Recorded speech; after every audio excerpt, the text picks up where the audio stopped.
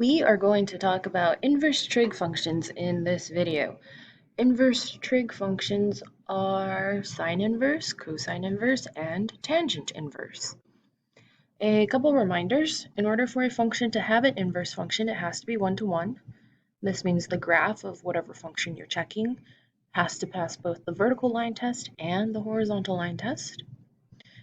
And if you think about it, sine and cosine and tangent, they keep going on forever to the right and to the left. So in order to be able to find an inverse, we're going to need to restrict the domain, which means we're not going to use the entire sine, cosine, and tangent functions. We'll use parts of it.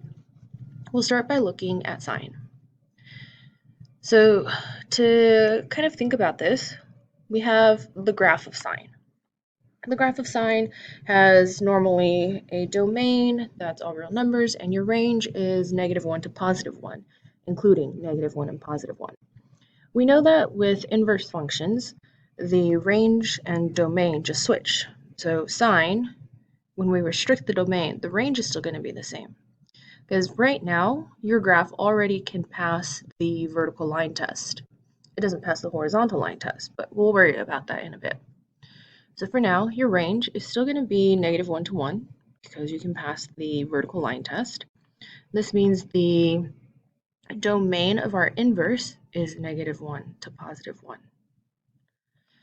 Now, in order to pass the horizontal line test, for this graph to pass the horizontal line test, we want to make sure that none of our y values are repeated.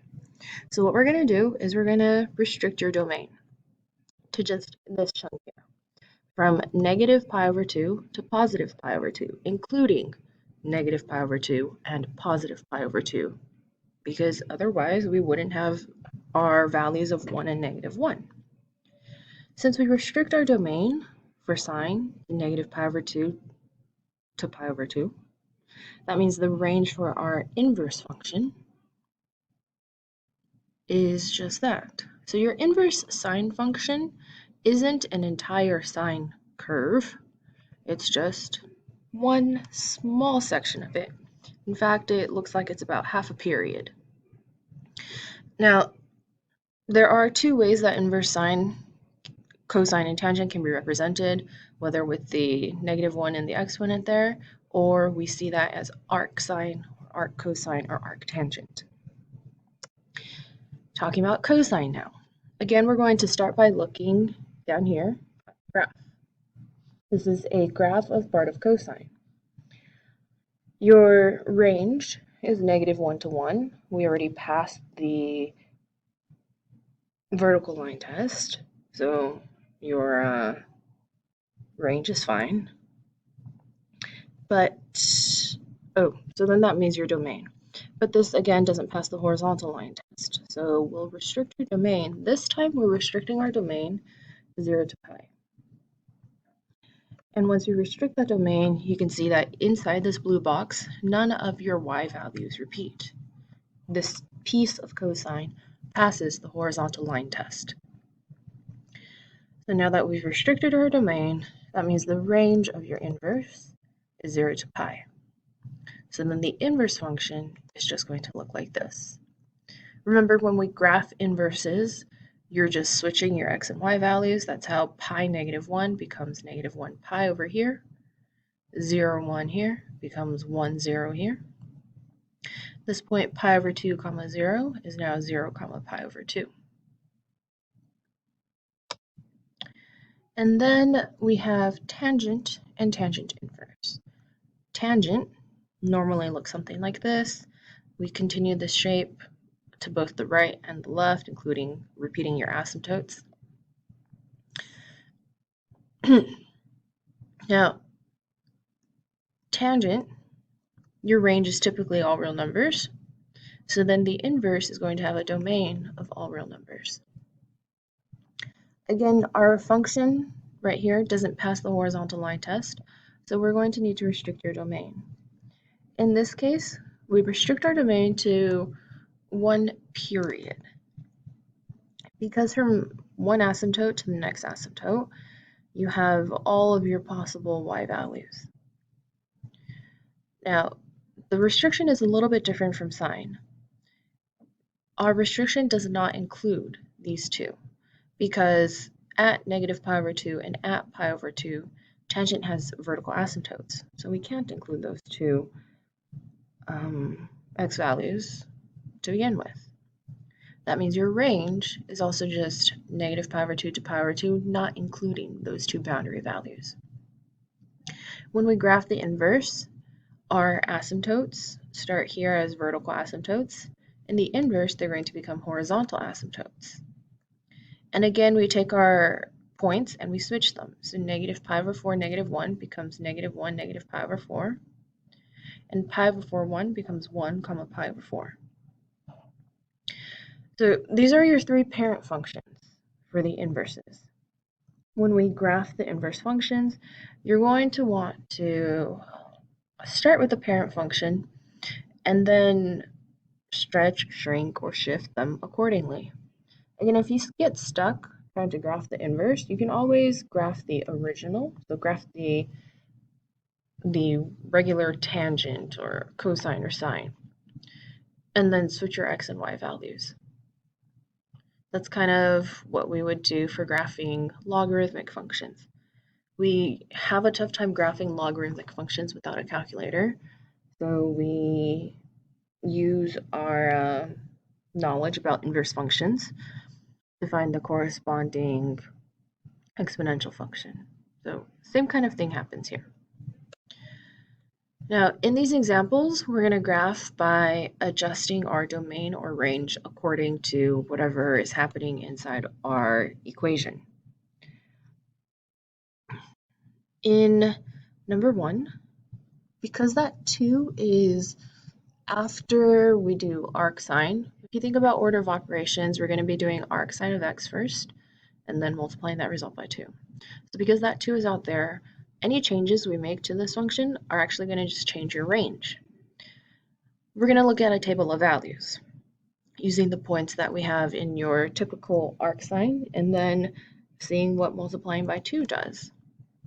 So normally, I just went with the points that we have as easy to find. So we have negative 1, 0, and 1 as our input values. Sine inverse, remember, is asking you for an angle. So sine inverse of negative 1 would be negative pi over 2. Sine inverse of 1 is pi over 2. The sine of pi over 2 is 1. Sine of negative pi over 2 is negative 1. Now, we're using negative pi over 2 as opposed to 3 pi over 2 because in our discussion about restricting our domains, we restricted the domain to negative pi over 2 to pi over 2.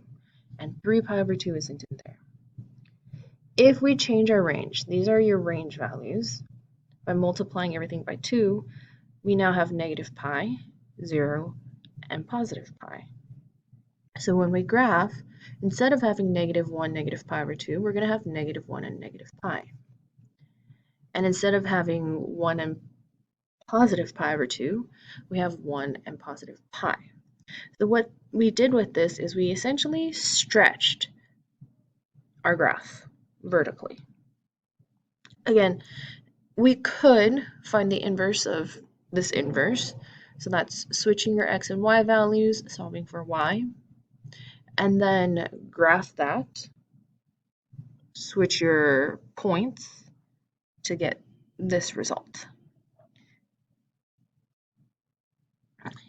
In example 2, this dividing by 2 is happening before we do our cosine. So what this is going to do is change the domain. Now typically, cosine inverse, your input values are between negative 1 and positive 1. But we're dealing with x over 2. So if I want to know what x values we're going to use, we can just multiply everything by 2. That tells us the x values we're going to use are actually going to be bounded by negative 2 and positive 2. So when we look at our graph is a horizontal stretch of what we started with.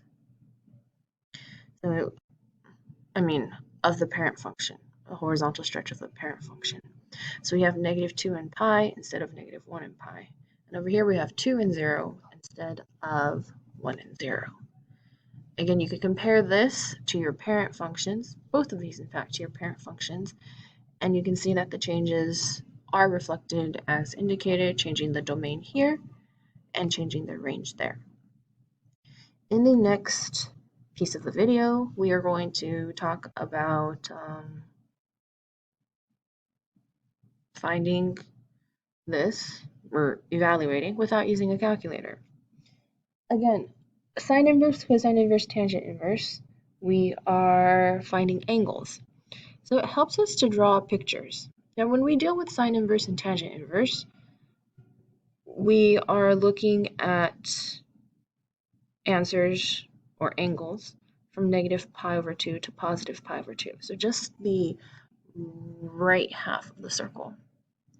And for cosine inverse, we're looking for answers from 0 to pi. So what we're going to do with these is draw ourselves kind of a piece of a unit circle and then find the angle that's appropriate.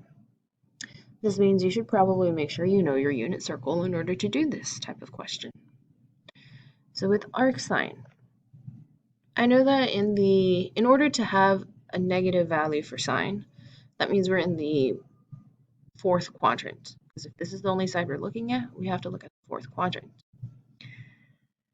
And one of the angles in our unit circle gives us root 3 over 2 and negative 1/2. That specific angle is negative pi over 6. Negative pi over 6 is between negative pi over 2 and positive pi over 2, so that's how we can decide that's our answer.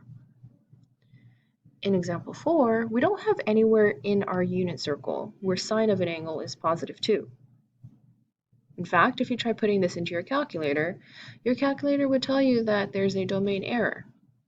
Again, looking at what we started with, sine inverse, the domain is negative 1 to positive 1. 2 isn't in there. So this is not possible, meaning it's undefined. Going into example 5 then, we want arc cosine of root 2 over 2. That means we want an angle where cosine of the angle is root 2 over 2. That's in quadrant 1. And that specific angle is pi over 4. Moving into tangent inverse of negative 1.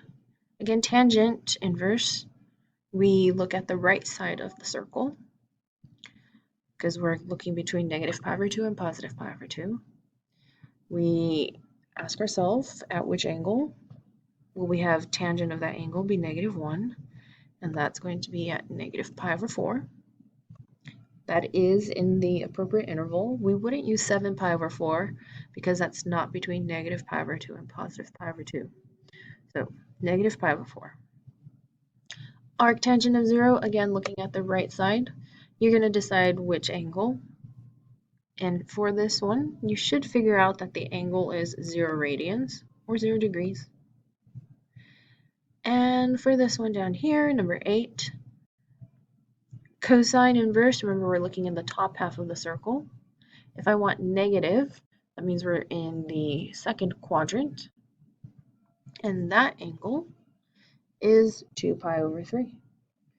So in order to do your inverses, you either need to become very familiar with your unit circle, or you could draw out a triangle and then try to do this using your triangle. Or, I mean, maybe I let you use your calculator for this type of question. Unlikely. But if you get to use your calculator for this type of question, your calculator should give you the answer. We're going to end this video here, and then in the next video, next video, we're going to talk about compositions of our trig functions.